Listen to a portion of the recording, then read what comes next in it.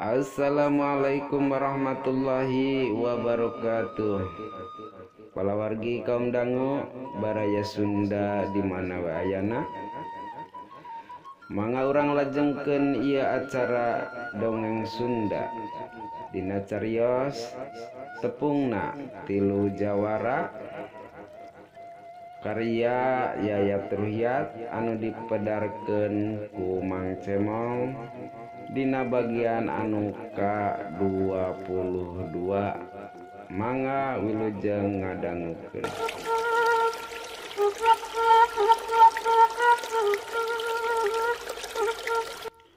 Palawargi kaum dangu, sakabeh lampu anu aya di imah kawasa perkebunan di Pareuman, pon kitu deui lampu-lampu anu aya di bedeng kabehanana di Parareuman. Iwal jalan-jalan anu dipasang lampu cempor jeung obor, wanci kapeutingnakeun komplotan begal teh kakarada ratang anu dikokolotan ku Abah Suta. Jawara anu katelah beungis katut mibanda elmu anu luhung, kadenge sora eak-eakan kawas anu keur moro bagong.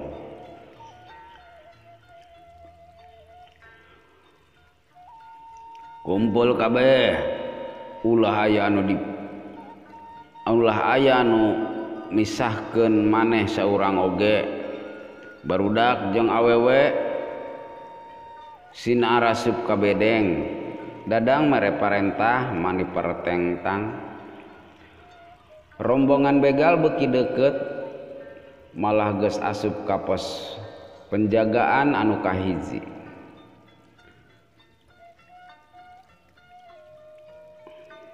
Lamun aya anu wani-wani ngahalangan, ulah asa-asa paragatkeun nyawana, cek Abah Suta ka anak buahna. Bawa sakabeh barang berharga, emas, duit, perhiasan, oge domba jeung embe. Siap. Anak buahna saur manuk. Waktu rek ngajorag ka imah kawasa perkebunan mandor petik dadang katut sakabeh karyawan perkebunan ngahadang, tapi Abah Suta ngadonya kakak seri bari marentah sakabeh anak buahna pikeun nying hareupan dadang saparakanca. Najan dadang dibantu ku ampir sakabeh buruh perkebunan, tapi lain tandinganna nying hareupan anak buah dadang Abah Suta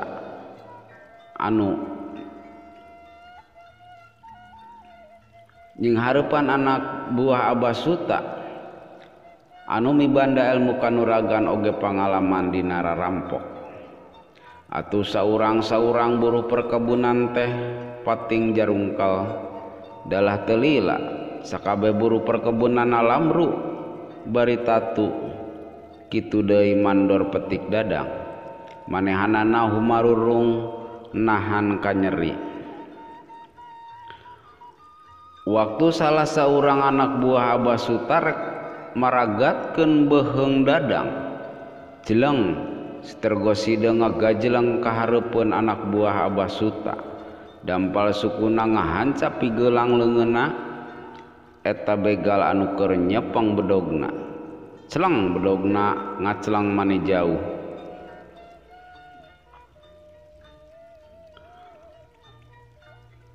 Saha ilaing? Tanya si begal bari kekerot. Cacag we, cek batur-baturna bari ngepung si Tergosideung. Ulah rek pipilueun bisi modar. Sok ari bisa mah geura podaran kaula, jawab si Tergosideung. Sebrut para begal anu keur ngurung si Tergosideung narajang bari ngahalagas bedog. Jeleng si Tergosideung kawas anu ngapung bari ngababadkeun dampal sukuna. Atuh sababaraha urang musuhna anu kababu ku dampal suku pating koceak. ningali musuh anu keur disingharepan ku anak buahna lain enteng-enteng Abah Suta loncat gajleng ka hareupeun si Tergos Hideung. Saha ilaing? Abah Suta kekerot mentong panca kaki deuleu. Sok geura ketrukeun ilmu andika nepi ka akar-akarna. Buangsat, serang barudak. Abah Suta minta bantuan ke anak buahna. Waktu anak buahna Abah Suta narajang si Tergos Hideung ukur ngepretkeun dua dampaleungeunna. Tapi tumiba anak-anak buah Abah Suta lir ibarat daunan garing anu katebak angin pating jarengkang. Abah Suta ngaluarkeun tenaga jerona rek dipake ngahanca dada si Tergos Hideung. Tapi ukur ngagilekeun awakna saeutik, tenaga jero Abah Suta ngahakan angin. Abah Suta beuki mudig-dig amarahna geus teu kabendung deui antukna ngaluarkeun ilmu pamungkasna, ilmu guru bumi anu bisa ngancurkeun batu karang anu gede. Abah Suta narik napasna mani jero tuluy ngarahkeun dua dampaleungeunna kana awak si Tergos Hideung. Bari beungeutna kekerot lamokot ku kesang. Abah Suta ngagajleng hiat. Si Tergos Hideung ngakilak terus ngababukeun dampal sukuna kana kekemplong Abah Suta. Peurupna anu katuhu mani bangbaraan ngahancat carehamna Abah Suta. Abah Suta nyengir bari kokoloyongan. Ongkos si lain ngarek modaran kaula, sok gancang geura tarajang deui kaula. Cek si Tergos Hideung bari ngabelengeh imut. Palawargi kaum dangu baraya Sunda di mana we ayana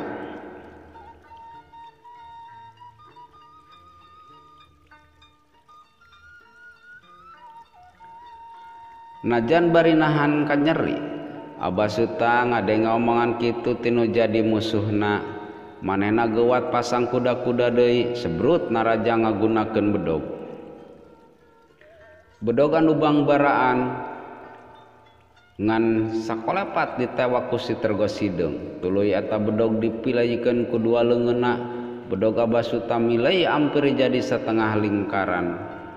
Ningali lawanna berat, Abah Suta ngaluarkeun ilmu pamungkasna.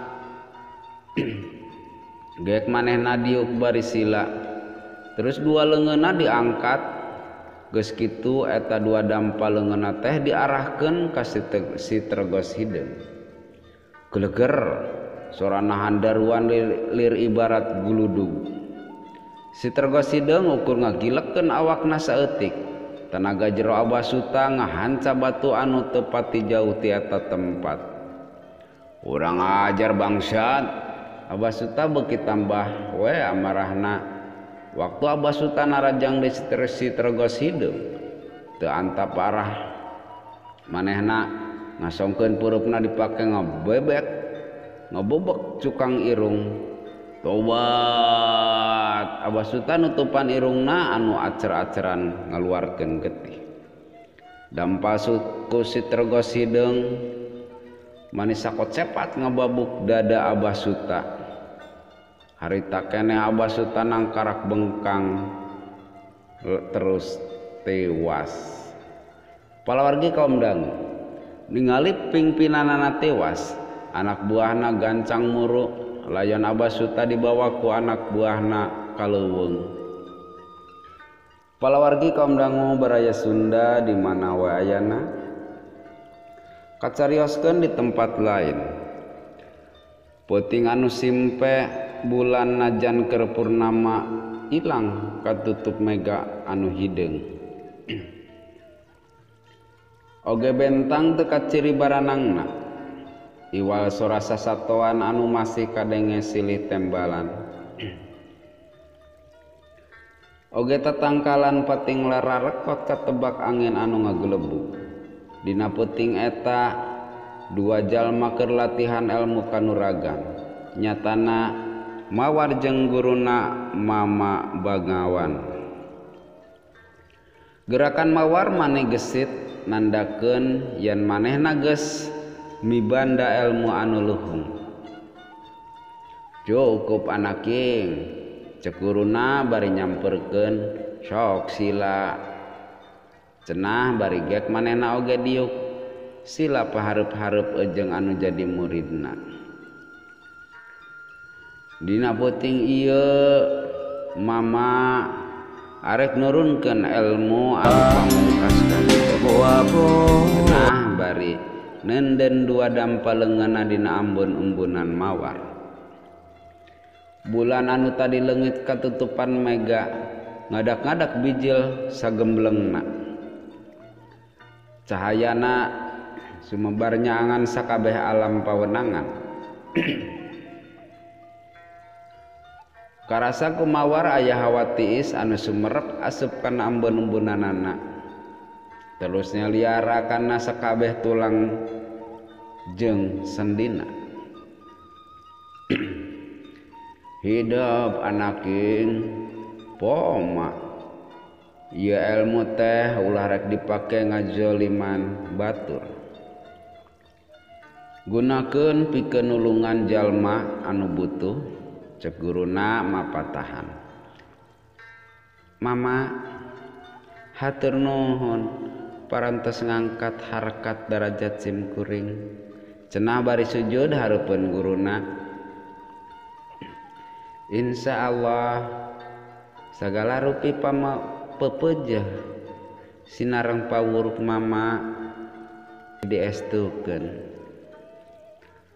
Bral ayeuna mah hidup geus waktuna indit geura amalkeun eta ilmu anu ti mama.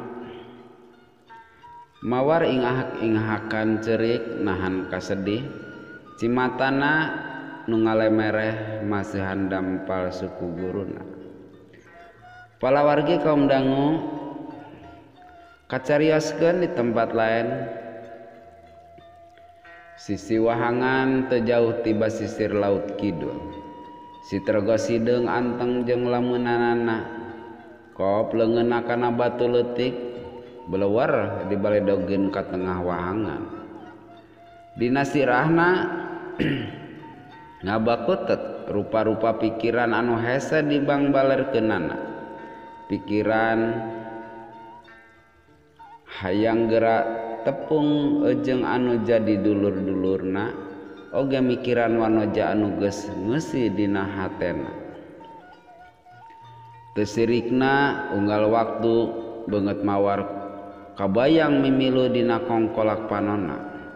Antukna si tergo sideung ngarasa berat, teu bisa nyokot hiji pamadegan, nah rek neangan heula anu jadi dulur-dulurna atawa rek ngalamar heula mawar.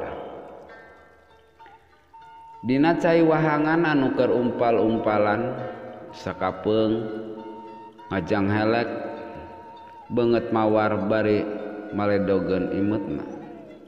Belengeh manehna imut sorangan, tapi buru-buru si tergos hideung istighfar bari ngusap beungeutna. Palawargi kaum dangu, sora manuk caladi anu euker ngetrokan kai eces kadenge ditembalan ku sora manuk cipeu anu ngadatangkeun rasa sedih anu banget. Ari heulang ngagelik luhureun tangkal kai anu luhur. Jeung manehna nangtung tuluy lempang mapai-mapai galengan wahangan. Kabeneran teu jauh ti eta tempat aya hiji lembur anu rada rame. Sup manehna asup ka hiji warung anu teu pati rame. Geuk manehna diuk dina bangku awi di luar bari mesen dahareun anu boga warung awewe setengah umur dareudah pisan. Telila dahareun anu dipesan ku manehna geus datang regot sitergo sideung ngaregot cai enteh anu masih panas bangun anu nikmat. Di jero warung aya 3 jawara marake mangpang si hideung ejeng iketna bedog ngagaraplek tiluanana pating harewas kaos anu keur ngomongkeun manehna. Jung nangtung jung anu saurang nangtung tuluy kaluar bari leungeunna anu katuhu nyonyo opera bedog. Eta jalma lujag-lejeg hareupeun si Tergos Hideung bari ngomong, "Ti mana Andika?" Cenah nanya bari nyonyo opera bedog. Si Tergos Hideung malik netep anu teu aya.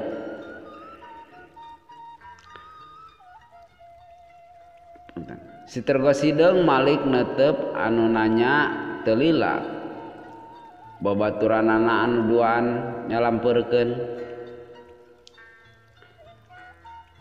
"Kaula teu boga padumukan," jawab si Tergos Hideung tegeug. Eta jawara anu tiluan sareureum maninya kakak. "Anjeun kudu mere peti ka kaula lamun hayang salamet kaluar ti ieu lembur."